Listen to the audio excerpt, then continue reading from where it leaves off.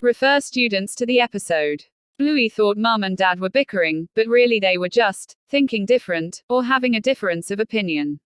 Explain that it is okay for people to think differently, even if they're friends.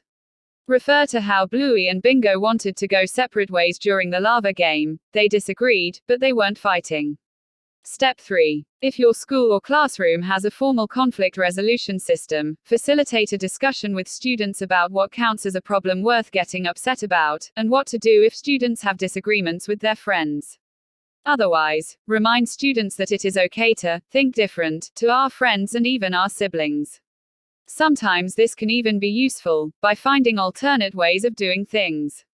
Neither Bluey nor Bingo was wrong in their approach to getting around the lava floor, they just had different ideas. This does not mean that we can't be friends anymore with people who think differently.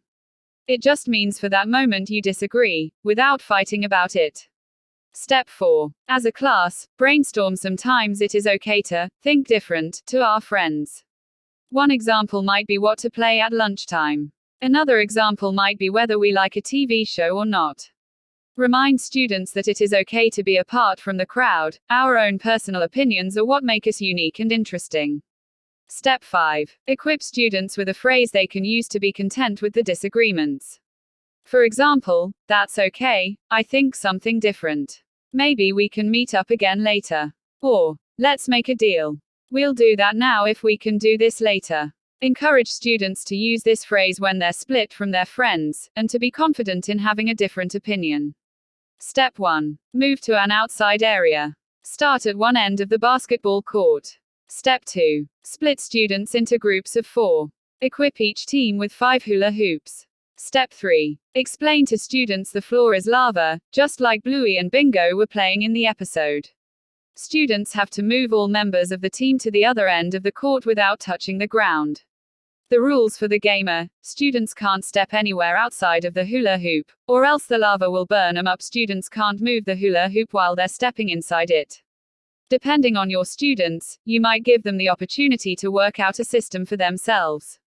Otherwise, instruct students on how to place a row of hula hoops, have everyone step through, then have the person at the back of the line pick up the last hoop and pass it all the way to the front, where it can be placed as the next step, and everyone can move forward.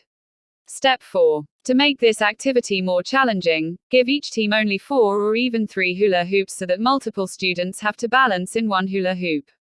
Alternatively, blindfold students, perhaps leaving one leader able to see, so that their communication skills are really challenged when moving the hoops up the line. Step 5. As they are playing, invite students to share their thoughts on the following questions. What is working well? What is challenging? Step 6. Once students are comfortable with their approach, hold a race from one end of the court to the other. Step 7. Once complete, invite students to reflect on the activity they took part in. You could use the following questions to prompt students. What do you think we were practicing? Why do you think that? When did you do this during the game? What does it mean to work as a team? Make your own 3D Bluey.